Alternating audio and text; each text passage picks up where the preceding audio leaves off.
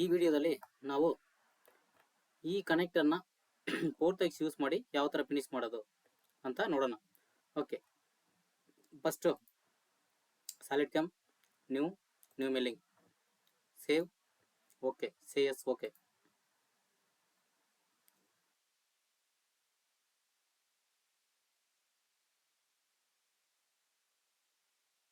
Okay ಇವಾಗ open ಆಯಿತು.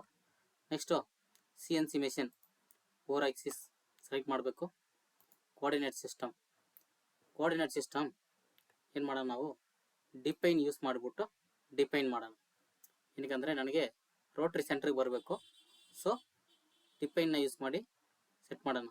ಅದಕ್ಕೋಸ್ಕರ ಆಲ್ರೆಡಿ ಒಂದು ಸ್ಕೆಚ್ ಹಾಕ್ಕೊಂಡಿದ್ದೀನಿ. ಆರಿಜಿನ್.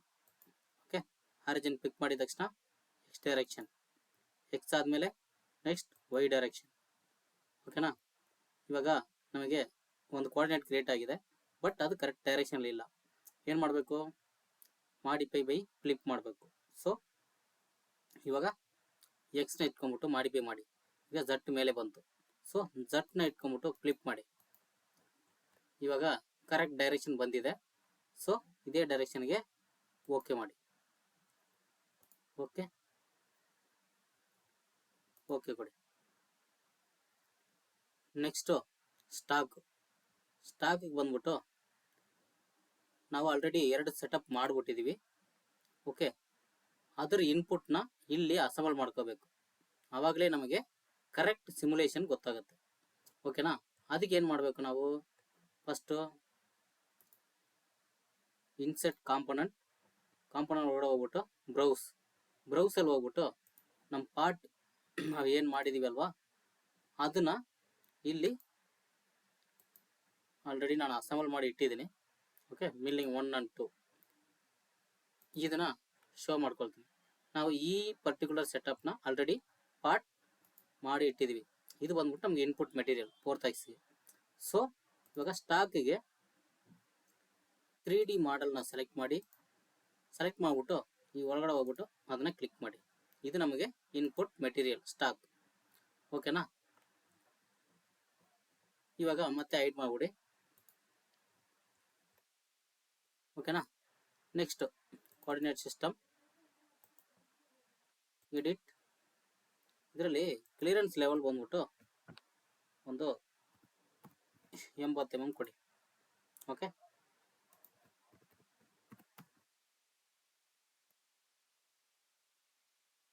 ಇಲ್ಲ ಅಂದರೆ ನಿಮಗೆ ಅಲಾರಂ ಬರುತ್ತೆ ಕಾಂಟೂರ್ ಕ್ರಿಯೇಟ್ ಮಾಡುವಾಗ. ಓಕೆನಾ, ನೆಕ್ಸ್ಟ್ ಇವಾಗ ಒಂದು ಸೈಡ್ಗೆ ನಾವು ಕೋಆರ್ಡಿನೇಟ್ ಸಿಸ್ಟಮ್ ಕ್ರಿಯೇಟ್ ಮಾಡಿ ಆಯಿತು. ನೆಕ್ಸ್ಟು ಸೆಕೆಂಡ್ ಸೈಡ್ ಹಿಂಗೆ ಮಾಡಬೇಕು. ಈ ಸೈಡ್ಗೆ ಕೋಆರ್ಡಿನೇಟ್ ಸಿಸ್ಟಮ್ ಕ್ರಿಯೇಟ್ ಮಾಡಬೇಕು. ಅದು ಯಾವ ಥರ ಕ್ರಿಯೇಟ್ ಮಾಡೋದು, ಅದಕ್ಕೆ ಫಸ್ಟ್ ಕೋಆರ್ಡಿನೇಟ್ ಸಿಸ್ಟಮ್ನ ಓಪನ್ ಮಾಡ್ಕೋಬೇಕು. ಓಪನ್ ಮಾಡಿಕೊಂಡು ಇದ್ರ ಮೇಲೆ ರೈಟ್ ಕ್ಲಿಕ್ ಮಾಡಬೇಕು. ಇಲ್ಲಿ ಆ್ಯಡನ್ನು ಕ್ಲಿಕ್ ಮಾಡಿಬಿಟ್ಟು ಇಲ್ಲಿ ಮ್ಯಾಕ್ 1 ಪೊಸಿಷನ್ 2 ಅಂತ ಬಂತು. ಮೇಯ್ನಾಗಿ ಇಲ್ಲಿ ಕೆಳಗಡೆ ಕೋಆರ್ಡಿನೇಟ್ ಸಿಸ್ಟಮ್ #1 ಅಂದರೆ 1ನ ಇಟ್ಕೊಂಡ್ಬಿಟ್ಟು ಪೊಸಿಷನ್ ನಮಗೆ ಕ್ರಿಯೇಟ್ ಆಗಬೇಕು. ಸೆಲೆಕ್ಟ್ ಪೇಸ್ ಕೊಟ್ಬಿಟ್ಟು ಜಸ್ಟ್ ಈ ಪೇಸ್ನ ಕ್ಲಿಕ್ ಮಾಡಿ. ಕ್ಲಿಕ್ ಮಾಡಿದ್ರೆ ಆಟೋಮೆಟಿಕ್ಕಾಗಿ ಇಲ್ಲೊಂದು ಕೋಆರ್ಡಿನೇಟ್ ಸಿಸ್ಟಮ್ ಕ್ರಿಯೇಟ್ ಆಯಿತು 1-2. ಓಕೆನಾ, ಇವಾಗ ಸೆಕೆಂಡ್ ಕೋಆರ್ಡಿನೇಟ್ ಸಿಸ್ಟಮ್ ಕ್ರಿಯೇಟ್ ಆಯಿತು. ನಮಗೆ ಥರ್ಡ್ ಕೋಆರ್ಡಿನೇಟ್ ಸಿಸ್ಟಮ್ ಬೇಕು. ನೆಕ್ಸ್ಟು ಸೇಮ್ ರೈಟ್ ಕ್ಲಿಕ್ ಆ್ಯಡ್ಗೆ ಹೋಗ್ಬಿಟ್ಟು ಥರ್ಡ್ ಯಾವ್ದು ಬೇಕು, ಈ ಸೈಡ್ ಬೇಕಲ್ವಾ, ಇಲ್ಲಿಗೆ ಸೇಮ್ ಸೆಲೆಕ್ಟ್ ಪೇಸ್, ಅದೇ ಕಂಡೀಷನ್ ಕೋಆರ್ಡಿನೇಟ್ ಸಿಸ್ಟಮ್ ಸೆಲೆಕ್ಟ್ ಮಾಡ್ಕೊಳ್ಳಿ. ಈ ಪೇಸ್ನ ಕ್ಲಿಕ್ ಮಾಡಿ. ಇವಾಗ ನೋಡಿ 1-3 ಮ್ಯಾಕ್ ಕ್ರಿಯೇಟ್ ಆಯಿತು. Say okay. ಓಕೆ ಕೊಟ್ಬಿಟ್ಟು ಕ್ಲೋಸ್ ಮಾಡಿ. ನೆಕ್ಸ್ಟ್ 4ನೇ ಸೈಡ್ ಇಲ್ಲಿ ಕೋಆರ್ಡಿನೇಟ್ ಸಿಸ್ಟಮ್ ಕ್ರಿಯೇಟ್ ಮಾಡಬೇಕಲ್ವಾ. Next right click add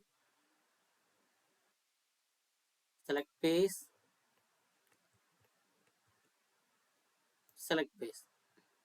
okay, ಇವಾಗ ನೋಡಿ 4th ಕೋಆರ್ಡಿನೇಟ್ ಸಿಸ್ಟಮ್ ಕ್ರಿಯೇಟ್ ಆಯಿತು. ಓಕೆ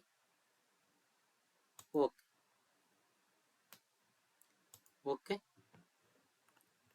ಇವಾಗ 4 ಕೋಆರ್ಡಿನೇಟ್ ಸಿಸ್ಟಮ್ ಕ್ರಿಯೇಟ್ ಆಯಿತು. ಇವಾಗ ನಾವೇನು ಮಾಡಬೇಕು, ಒನ್ ಬೈ ಒನ್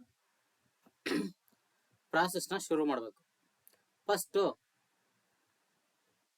ಇಲ್ಲಿ ನಮಗೆ ಇನ್ಪುಟ್ ಮೆಟೀರಿಯಲ್ ಬಂದ್ಬಿಟ್ಟು ಫುಲ್ ಸಾಲಿಡ್ ಆಗಿರುತ್ತೆ. ಇದನ್ನ ನಾವು ರಪ್ಪಿಂಗ್ ಮಾಡಬೇಕು. ರಪ್ಪಿಂಗ್ ಯಾವ ಥರ ಮಾಡೋದು? ಓಕೆ, ಸಾಲಿಡ್ ಕ್ಯಾಮ್ 3ಡಿಯಲ್ಲಿ 3D HSR 3D HSR ಅಲ್ಲಿ ಕಾಂಟೂರ್ ರಪ್ಪಿಂಗ್. ಈ ಕಾಂಟೂರ್ ರಪ್ಪಿಂಗ್ನ ಸೆಲೆಕ್ಟ್ ಮಾಡಿಬಿಟ್ಟು ಇಲ್ಲಿ ಟಾರ್ಗೆಟ್ ಬಂದ್ಬಿಟ್ಟು ನಮಗೆ ಇದು ಟಾರ್ಗೆಟ್. ಓಕೆ, ಅದನ್ನ ಸೆಲೆಕ್ಟ್ ಮಾಡಿಕೊಂಡು ನೆಕ್ಸ್ಟ್ ಟೂಲ್ಗೆ ಹೋಗ್ಬಿಟ್ಟು ನಾನೊಂದು 16 ಕಟ್ಟರ್ LNME ಕಟ್ಟರ್ ಹಾಕ್ತೀನಿ. 16 cutter. Okay,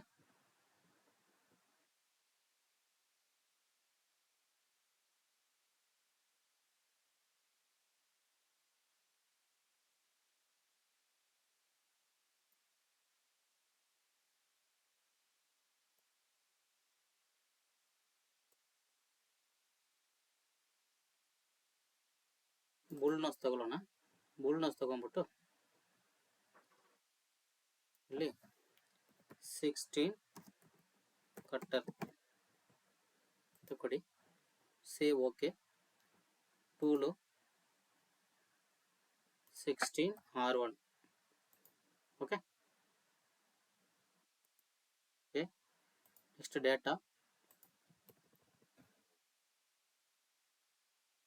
ಕನ್ಸ್ಟೈನ್ boundaries.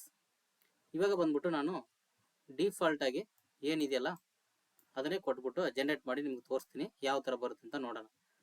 Okay, auto created box target boundary. Okay, ನೀವು ಇಲ್ಲಿ ಏನೋ ಬೌಂಡ್ರಿಯನ್ನು ಸೆಲೆಕ್ಟ್ ಮಾಡೋದು ಬೇಡ. ಆಟೋ ಕ್ರಿಯೇಟೆಡ್ ಏನು ಬೌಂಡ್ರಿ ಕ್ರಿಯೇಟ್ ಆಗುತ್ತೋ ಅದನ್ನೇ ಯಾವ ಥರ ಬರುತ್ತೆ ಅಂತ ನೋಡೋಣ. Next passes. ಇಲ್ಲಿ ವಾಲ್ ಆಫ್ಸೆಟ್ ನನಗೆ 0.2 ಸ್ಟಾಕ್ ಬೇಕು. Floor offset same 0.2. ಇಲ್ಲಿ ಡೆಪ್ತ್ ಆಫ್ ಕಟ್ಟು ಒಂದು 0.4. ಓಕೆ, ನೆಕ್ಸ್ಟ್ ಝಟ್ ಟಾಪ್ ಬಂದ್ಬಿಟ್ಟು ಈ ಪೇಸ್ನ ಸೆಲೆಕ್ಟ್ ಮಾಡಿಬಿಟ್ಟು ಅಲ್ಲಿಂದ ಒಂದು 10 mm ಮೇಲೆ ಎಲ್ಲಿವರೆಗೆ ಆಗಬೇಕು ಮೆಷಿನಿಂಗು? ನಿಮಗೆ 0ವರೆಗೂ ಆಗಬೇಕು. ಓಕೆನಾ?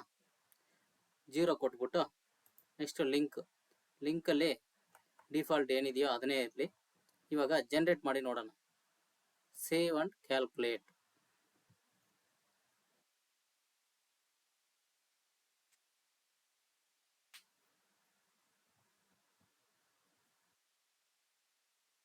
ಓಕೆ, ಇವಾಗ ನೋಡಿ ಯಾವ ಥರ ಜನರೇಟ್ ಆಗಿದೆ ಅಂತ. ಇವಾಗ ಸಿಮ್ಯುಲೇಷನ್ ಮಾಡಿ ನೋಡೋಣ.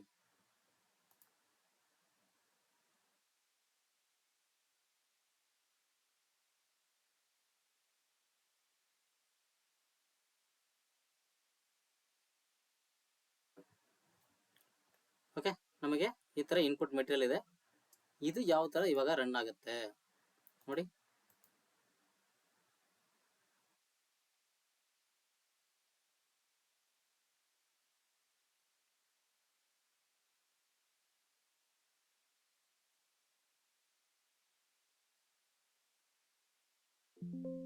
ಇದು ಬಂದ್ಬಿಟ್ಟು ನಮಗೆ ಆಟೋ ಕ್ರಿಯೇಟೆಡ್ ಬೌಂಡ್ರಿಯಲ್ಲಿ ಬಂದಿರೋದು. ಓಕೆ, ನಮಗೆ ಇಲ್ಲಿ ಎಕ್ಸ್ಟ್ರಾ ಮೆಟೀರಿಯಲ್ ಇನ್ನೂ ಜಾಸ್ತಿ ಇದೆ. ನಮ್ಗೆ ಇದನ್ನೆಲ್ಲ ಕ್ಲಿಯರ್ ಮಾಡಬೇಕು. ಸೊ ಇದನ್ನೆಲ್ಲ ನಾವು ಏನು ಮಾಡ್ಬೇಕಂತಂದ್ರೆ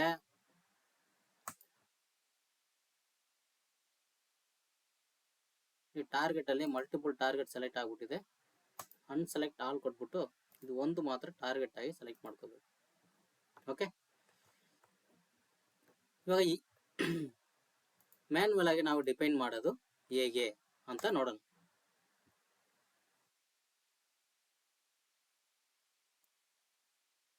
ಇಲ್ಲೊಂದು ಲೈನ್ ಹಾಕೊಳ್ಳಿ, ಯಾಕಂದ್ರೆ ನಾವು ಈ ಪೇಸ್ ವರೆಗೆ ಫಿನಿಶ್ ಮಾಡಿದೀವಿ. ಓಕೆ, ಹಿಂಗೆ ಒಂದು ರೆಕ್ಟಾಂಗ್ಯುಲರ್ ಕ್ರಿಯೇಟ್ ಮಾಡಿ.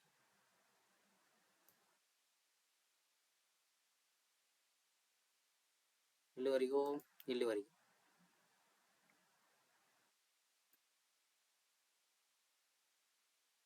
ಇವಾಗ ಕ್ಲೋಸ್ ಮಾಡಿ.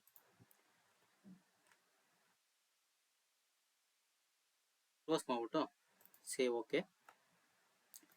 ಇದನ್ನು ಡಬಲ್ ಕ್ಲಿಕ್ ಮಾಡಿ ಕನ್ಸ್ಟೈನ್ ಬೌಂಡ್ರಿ ಒಳಗಡೆ ಹೋಗ್ಬಿಟ್ಟು ಕ್ರಿಯೇಟ್ ಮ್ಯಾನುವಲಿ ಅದರಲ್ಲಿ ಹೋಗ್ಬಿಟ್ಟು ನೀವು ಅಂತ ಕೊಟ್ಬಿಟ್ಟು ನೀವೇನು ಮಾಡಿದ್ರಲ್ಲ ಸ್ಕೆಚ್ಚು ಅದನ್ನು ಸೆಲೆಕ್ಟ್ ಮಾಡ್ಕೊಳ್ಳಿ. ಸೆಲೆಕ್ಟ್ ಮಾಡಿಕೊಂಡ್ರೆ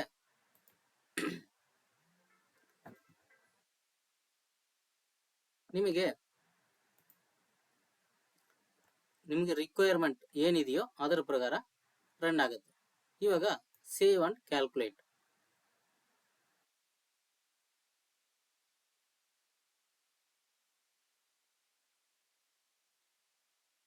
ಓಕೆ, ನೀವು ಏನು ಡಿಪೈನ್ ಮಾಡಿದ್ರಲ್ಲ ಅದರ ಒಳಗಡೆ ಮಾತ್ರ ರನ್ ಆಗುತ್ತೆ. ಇವಾಗ ಸಾಲಿಡ್ ವೆರಿಫೈ ಹೋಗ್ಬಿಟ್ಟು ಚೆಕ್ ಮಾಡಿ.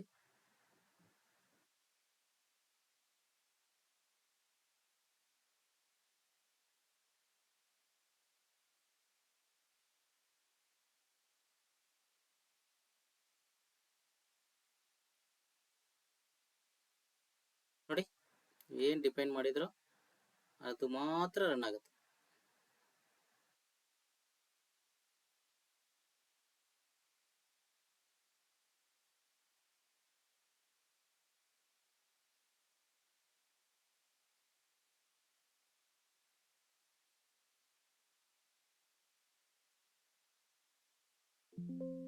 ನೋಡಿ, ನಿಮಗೆ ಫಸ್ಟ್ ಸೈಡು ಏನು ರಿಕ್ವೈರ್ಮೆಂಟ್ ಇದೆಯೋ ಅದು 0.2 ಸ್ಟಾಕಲ್ಲಿ ಮಿಷನಿಂಗ್ ಆಗಿದೆ. ಓಕೆನಾ?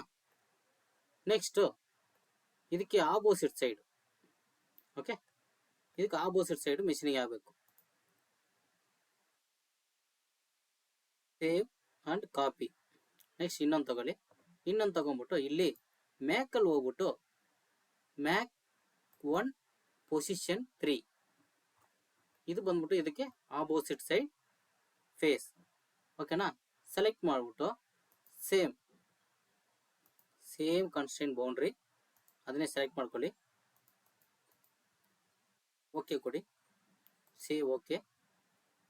ನೆಕ್ಸ್ಟ್ ಪಾಸಸ್ ಹೋಗ್ಬಿಟ್ಟು ಪಾಸಸ್ಸಲ್ಲಿ ಆಲ್ರೆಡಿ ನಾವು ಈ ಕಡೆ ಬಂದ್ಬಿಟ್ಟು ಎಕ್ಸ್ಟ್ರಾ ಮೆಟೀರಿಯಲ್ ಇತ್ತು, ಸೆಲೆಕ್ಟ್ ಮಾಡಿದ್ದೀವಿ. ಬಟ್ ಇಲ್ಲಿ ಮೆಟೀರಿಯಲ್ ಇಲ್ಲ. ಬಟ್ ಆದರೂ ನಮಗೆ ಇಲ್ಲಿ ನಾವು ರೌಂಡ್ ತಗೊಂಡಿರೋದ್ರಿಂದ ಮೆಟೀರಿಯಲ್ ಇದೆ. ಸೇಮ್ ಮೆಟೀರಿಯಲ್ನ ಈ ಕಡೆ ಸೆಲೆಕ್ಟ್ ಮಾಡಿಕೊಂಡು 10 ಜಾಸ್ತಿ ಇರಲಿ. ಇವಾಗ ಈ ಕಡೆ ಸೇವ್ ಅಂಡ್ ಕ್ಯಾಲ್ಕುಲೇಟ್ ಮಾಡಿ.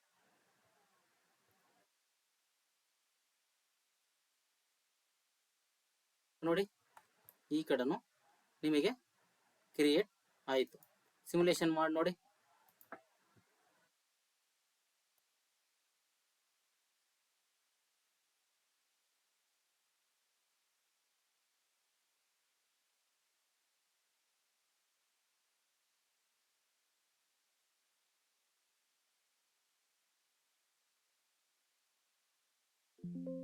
ಓಕೆ, ನಿಮಗೆ ರಿಕ್ವೈರ್ಡ್ ಸೈಜ್ ಬಂತಾ ನೋಡಿ.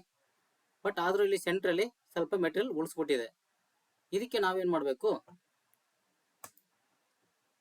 ಇಲ್ಲಿ ಪಾಸಸ್ ಅಲ್ಲಿ ಹೋಗ್ಬಿಟ್ಟು ಝಟ್ಟಲ್ಲಿ -2 mm ಅಂತ ಕೊಟ್ಬಿಟ್ಟು ಅಗೇನ್ ಸೇವ್ ಅಂಡ್ ಕ್ಯಾಲ್ಕುಲೇಟ್ ಮಾಡಿ.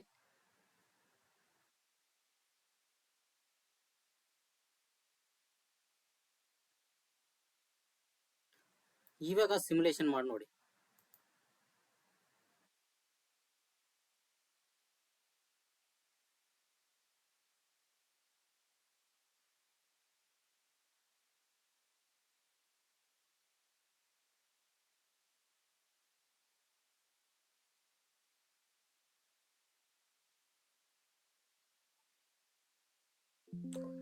ಓಕೆ, ಇವಾಗ ನಿಮ್ಗೆ ಕ್ಲಿಯರ್ ಆಯ್ತಾ? ಬಟ್ ಆದರೂ ಈ ಡೈರೆಕ್ಷನ್ ಇಂದ ನೀವು ಇನ್ನೂ ಕೂಡ ಡೆಪ್ತ್ಗೆ ಹೋಗ್ಬೋದು. ಏನಕ್ಕೆ ಅಂತಂದ್ರೆ ನಾವು ಈ ಕಡೆ ಬಂದ್ಬಿಟ್ಟು ಒಂದು ಫ್ಲಾಟ್ ಬೇಸ್ ಇದೆ ನೋಡಿ. ಈ ಫ್ಲಾಟ್ ಬೇಸ್ ಇದೆ. ಈ ಫ್ಲಾಟ್ ಬೇಸ್ ವರೆಗೂ ನೀವು ಮಿಲ್ ಮಾಡಬಹುದು. ಸೊ ಏನು ಮಾಡಿ, ಮತ್ತೆ ಅಗೇನ್ ಡಬಲ್ ಕ್ಲಿಕ್, ಝಟ್ ಬಾಟಮ್ ಅಲ್ಲಿ ಈ ಪೇಸ್ನ ಸೆಲೆಕ್ಟ್ ಮಾಡ್ಬಿಡಿ. ಸೆಲೆಕ್ಟ್ ಮಾಡಿಬಿಟ್ಟು ಇಲ್ಲಿ 0 ಮಾಡ್ಕೊಂಬಿಡಿ. 0 ಮಾಡ್ಕೊಂಬಿಟ್ಟು ಸೇವ್ ಅಂಡ್ ಕ್ಯಾಲ್ಕುಲೇಟ್.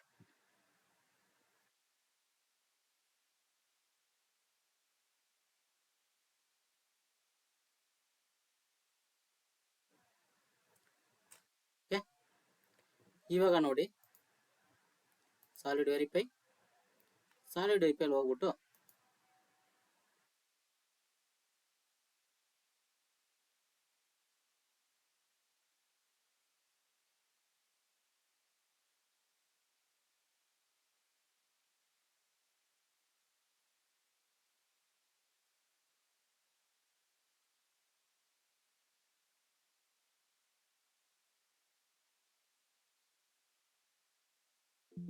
ಓಕೆ, ಇವಾಗ ನೋಡಿ ಇಲ್ಲಿವರೆಗೂ ರನ್ ಆಯಿತು. ಓಕೆನಾ, ಎಕ್ಸಿಕ್ಯೂಟ್ ಮಾಡಿ ನೋಡಿ. ಎಲ್ಲ ಕಡೆನೂ ಪಾಯಿಂಟು ಸ್ಟಾಕ್ ಬಿಟ್ಬಿಟ್ಟು ರನ್ ಆಗಿದೆ.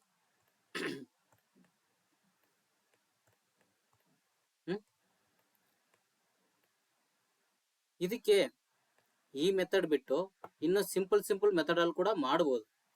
ಅದು ಯಾವ ತರ ಮಾಡೋದು ಓಕೆ ಅನ್ನೋದನ್ನ ನೆಕ್ಸ್ಟ್ ವಿಡಿಯೋಗಳಲ್ಲಿ ನಾನು ಹೇಳ್ತೀನಿ. ಬಟ್ ಫಸ್ಟ್ 3D ಯಾವ ತರ ವರ್ಕ್ ಆಗುತ್ತೆ, ಓಕೆ, ಅದು ನಾವು ಯಾವ ತರ ಕಾಂಟೂರ್ಗಳೆಲ್ಲ ಮಾಡಬಹುದು ಅನ್ನೋದಕ್ಕೆ ಇದು. ನೀವು ಇದನ್ನು ತಿಳ್ಕೊಂಡ್ರೆ ನೆಕ್ಸ್ಟ್ ಸೈಕಲ್ ಟೈಮ್ ಕಮ್ಮಿಯಾಗಿ ನಾವು ಪಾರ್ಟ್ ಯಾವ ತರ ಮಾಡಬಹುದು. ನಮಗೆ ಮೇನ್ ಇಂಪಾರ್ಟೆಂಟ್ ಸೈಕಲ್ ಟೈಮ್ ಅಲ್ವಾ, ಅದನ್ನ ನಾವು ಫೋಕಸ್ ಮಾಡಬೇಕು. ಬಟ್ 3D ಮಾಡಿದಾಗ ನೀವು ಸೈಕಲ್ ಟೈಮ್ನ ಕಂಟ್ರೋಲ್ ಮಾಡ್ಲಿಕ್ಕೆ ಆಗಲ್ಲ ಅಲ್ವಾ, ಅದಕ್ಕೋಸ್ಕರ. ಬಟ್ 3D ಮಾಡಿದ್ರೆ ನಮಗೆ ಈ ಶೇಪು ಬಂತು. ಇವಾಗ ನಾವೇನ್ ಮಾಡಬೇಕು, ಈ ಶೇಪ್ ಬಂದ್ಮೇಲೆ ನೆಕ್ಸ್ಟ್ ಫಿನಿಶಿಂಗ್ ವರ್ಕ್ ಮಾತ್ರ ಮಾಡಬೇಕು. ಓಕೆ ಅಲ್ವಾ. ನೆಕ್ಸ್ಟ್ 2 ಸೈಡ್ ಆಯ್ತು ಅಲ್ವಾ. ನೆಕ್ಸ್ಟ್ ಈ ಸೈಡ್ ಬರೋಣ, 3ನೇ ಸೈಡ್. ನೆಕ್ಸ್ಟ್ ಕಾಪಿ ಮಾಡಿ, ಕಾಪಿ ಪೇಸ್ಟ್ ಮಾಡ್ಬಿಟ್ಟು ನಮಗೆ ಇಲ್ಲೆಲ್ಲ ಕ್ಲಿಯರ್ ಆಗಿದೆ. ಬಟ್ ಇಲ್ಲಿ ಮಾತ್ರ ಸ್ವಲ್ಪ ಮೆಟೀರಿಯಲ್ ಉಳ್ಕೊಂಡಿದೆ. ಸೊ ಏನ್ ಮಾಡಬೇಕು, ನಮಗೆ ಇಲ್ಲಿ ಮಾತ್ರ ಕ್ಲಿಯರ್ ಆಗಬೇಕು ಅಲ್ವಾ. ಇಲ್ಲಿ ಒಂದು ಬಾಕ್ಸ್ ಕ್ರಿಯೇಟ್ ಮಾಡೋಣ.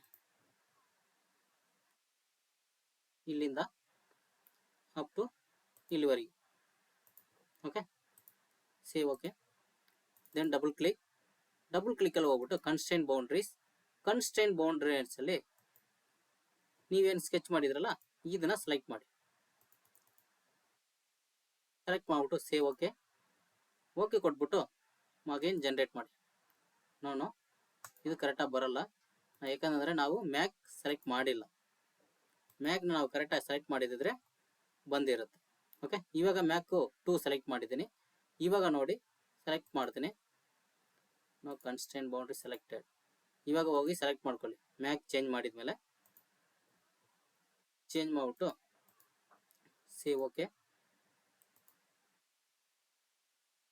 Save and calculate.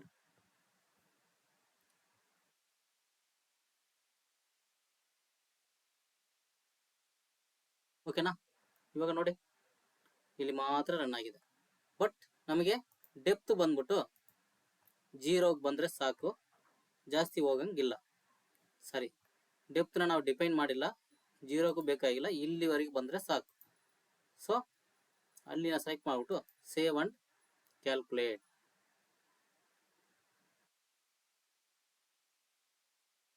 ನೋಡಿ ಈ ಡೆಪ್ತ್ ವರೆಗೂ ಇಲ್ಲಿ ರನ್ ಆಗಿದೆ.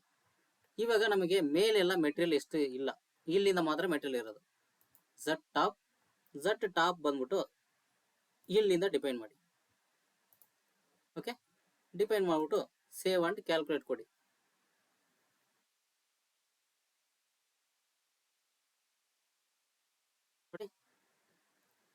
ಇಲ್ಲಿಂದ ಮಾತ್ರ ರನ್ ಆಗಿರುತ್ತೆ.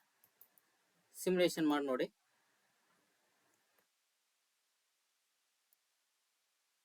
ಇಲ್ಲಿ ಕೂಡ ಮೆಟೀರಿಯಲ್ ಇಲ್ಲ, ಇನ್ನು ಕೂಡ ನೀವು ಕೆಳಗಡೆ ಸೆಲೆಕ್ಟ್ ಮಾಡಬಹುದು.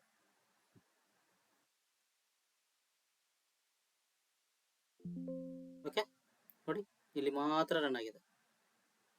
ಓಕೆನಾ, ಇದಕ್ಕೆ ನಾವೇನು ಮಾಡ್ಬೋದು ಇವಾಗ ಜಟ್ ಟಾಪ್ ಬಂದ್ಬಿಟ್ಟು ಈ ಡಯಾಮೀಟರ್ ಟಾಪ್ನ ಸೆಲೆಕ್ಟ್ ಮಾಡಿಬಿಡ್ಬೋದು. ಇಲ್ಲಿ ಸೆಲೆಕ್ಟ್ ಮಾಡಿಬಿಟ್ಟು ಸೇವ್ ಅಂಡ್ ಕ್ಯಾಲ್ಕುಲೇಟ್.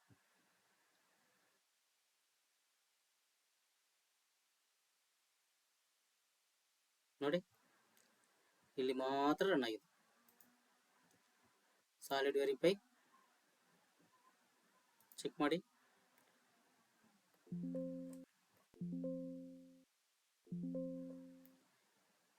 ಇಲ್ಲಿ ಎಕ್ಸ್ಟ್ರಾ ಮೆಟೀರಿಯಲ್ ಅದಕ್ಕೆ ಟಚ್ ಆಗ್ತಾ ಇದೆ.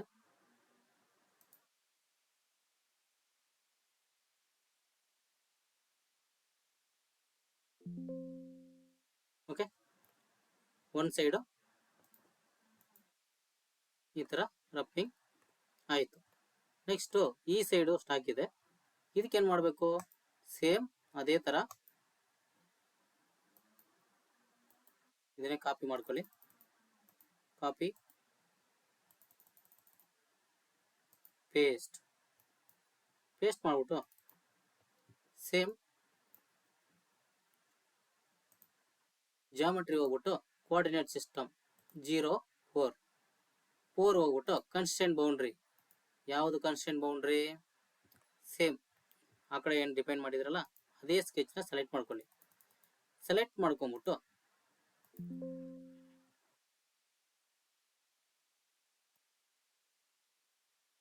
ಪಾಸಸ್ ಹೋಗ್ಬಿಟ್ಟು ಜಟ್ ಟಾಪ್ನ ಇಲ್ಲಿ ಕ್ಲಿಕ್ ಮಾಡ್ಕೊಳ್ಳಿ. ಇಲ್ಲಿಂದ ನೆಕ್ಸ್ಟ್ ಜಟ್ ಇಲ್ಲಿಗೆ ಪಿಕ್ ಮಾಡ್ಕೊಳ್ಳಿ. ಪಿಕ್ ಮಾಡ್ಕೊಂಬಿಟ್ಟು ಸೇವ್ ಅಂಡ್ ಕ್ಯಾಲ್ಕುಲೇಟ್.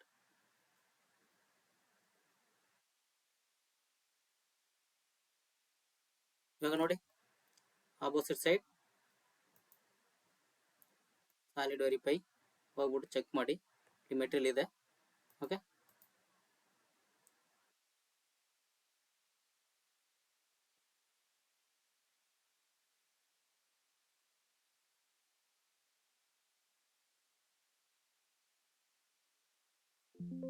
ನೋಡಿ ಎಲ್ಲ ಸೈಡು ರಪ್ಪಿಂಗು ಕಂಪ್ಲೀಟ್ ಆಯಿತು.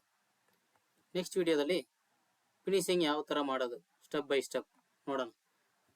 ನನ್ನ ವಿಡಿಯೋ ನಿಮಗೆ ಇಷ್ಟ ಆದರೆ ಲೈಕ್ ಮಾಡಿ, ಹಾಗೆ ಸಬ್ಸ್ಕ್ರೈಬ್ ಮಾಡ್ಕೊಳ್ಳಿ. ನನ್ನ ನೆಕ್ಸ್ಟ್ ವಿಡಿಯೋಗಳು ನಿಮಗೆ ನೋಟಿಫಿಕೇಷನಲ್ಲಿ ಸಿಗುತ್ತೆ. ಓಕೆ.